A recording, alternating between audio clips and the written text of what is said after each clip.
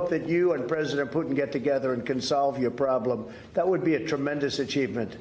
And I know you're trying to do that. Putin has no intention of stopping this cruel war. And the United States is committed to ensuring that the brave Ukrainian people can continue to defend their country against Russian aggressions as long as it takes. In my timeline was a very interesting video on YouTube published by MSNBC, and it's a Morning Joe clip. Two very different meetings with Zelensky. I hope that you and President Putin get together and can solve your problem. That would be a tremendous achievement. And I know you're trying to do that. Putin has no intention of stopping this cruel war. And the United States is committed to ensuring that the brave Ukrainian people can continue to defend their country against Russian aggressions as long as it takes. By the way, that first president's message. Let me translate that for you. Trump was urging Zelensky to make peace with Russia, who is their enemy, because that's who you make peace with, your enemies, not your friends. Biden was saying, there will be no peace unless it's on our terms, which means there will never be peace, because that's not how peace is achieved, right? That's total war. That's conquest. I'm not a Republican. I'm not a right-winger. I'm not a fan of Trump. But that is indeed two very different U.S. presidents, right? And two very different meetings with Zelensky. One of them was urging diplomacy. The other one is urging war. Simple as that. That's how it should be broken down in the simplest terms. Trump has a lot of problems. He's by no means a peace candidate.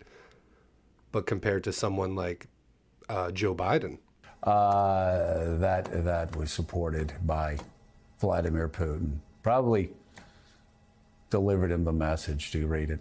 Maybe he didn't. Maybe. Well, there's no maybes about it. He just likes tyrants. He just likes autocrats. He just likes people who actually execute those who oppose their leadership, whether it's Putin, whether it's, North Korea's tyrant that he sends love letters to. Unbelievable. And there you saw two very different meetings between two very different American presidents and their Ukrainian counterpart, President Zelensky. Did you catch the look on Zelensky's face as Trump urged him with contempt to get together with the authoritarian killer threatening his country's demise? Yeah, look at that. He's like, what am I doing here? Welcome back to Morning Joe. It's Thursday, December 22nd. Caddy K, Elise Jordan, and Jen Psaki are still with us. There's an obvious puppet and master in this instance. The master would be the sole superpower in the world. It's the United States. And the puppet would be Ukraine. Ukraine is a subservient state to the United States, especially post-coup d'etat, Maidan coup in 2014. Okay? Morning Joe Ball is going to tell you that the puppet master relationship is, or we're going to go back to 2016 and 2020, and we're going to pretend that Trump is Putin's puppet. This is what he's going to do. So we have an obvious puppet, and we have an obvious master, the master being the United States, the puppet being Ukraine. That's obvious to any neutral observer who is critically thinking. You don't even have to critically think to understand that point, which is crazy. But that should be obvious. And Morning Joe is going to turn that into Trump is Putin's puppet. Now you're going to tell me, Russia's invading Ukraine and this and that.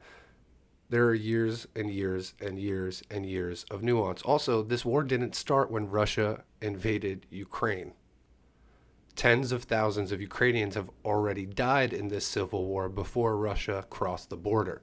But Joe Ball is going to say that we have Putin's puppet, Donald Trump. Okay, that's what we're going back to again.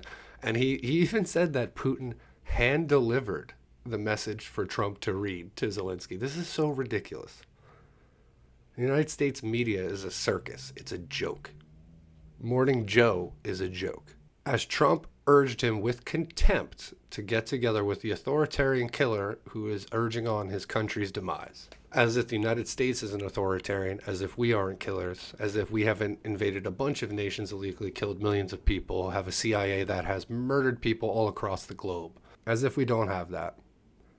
And as if Zelensky is supposed to make peace with someone else. Who is Zelensky supposed to make peace with besides his enemy in this instance? I don't understand that. Of course he's urging him to make peace with Russia because that's who the conflict is with. Why? So ridiculous how bad this propaganda is, but it's potent and it's effective because this still carries weight with a huge swath of the country.